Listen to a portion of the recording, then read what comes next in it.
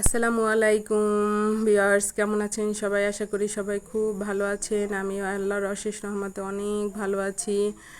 আজকের আপনাদের দেখাবো আমাদের সংসারের যে কাজকামের ব্লগ।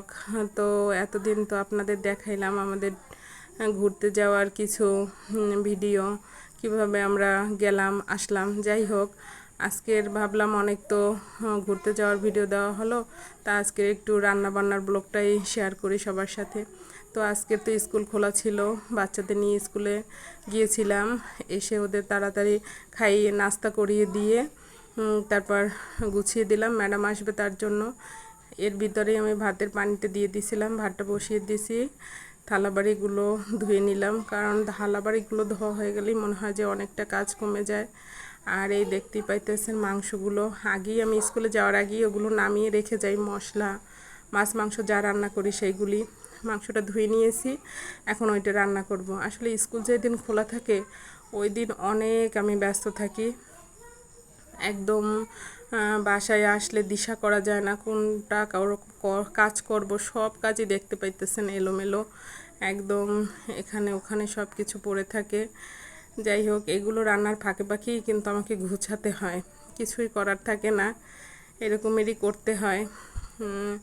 যেহেতু এক হাতেই সব করতে হয়। যে দেখতেই পেতেছেন মাংস আমার কিন্তু কষানো হয়ে গেছে। মাংস রান্নার জন্য যে যে মশলা লাগে সেইগুলো দিয়ে মশলাটা কষিয়ে আমি মুরগির মাংসটা দিয়ে দিছি। তো ঝোলের সাথে এই যে আমার ঝোলও দিয়ে দিছিলাম, মাংসটা আমার হয়ে গেছে শেষ পর্যায়ে। তো শেষ পর্যায়ে একটু গরম মশলা দিয়ে একটু নাড়াচাড়া দিয়ে দিলাম, আমার মাংস হয়ে গেছে। এখন আমি একটু শাক রান্না করব, লাউ শাক এর ঝোল রান্না করব। তো চিংড়ি মাছ দিয়ে লাউ শাকের ঝোল আমাদের বাসায় সবাই খুব পছন্দ করে।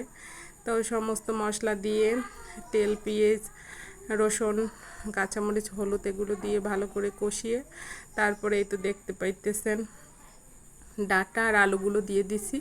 এগুলো সিদ্ধ হয়ে যাওয়ার পর আমি একটু ঝোল দিয়ে দেবো বেশি করে।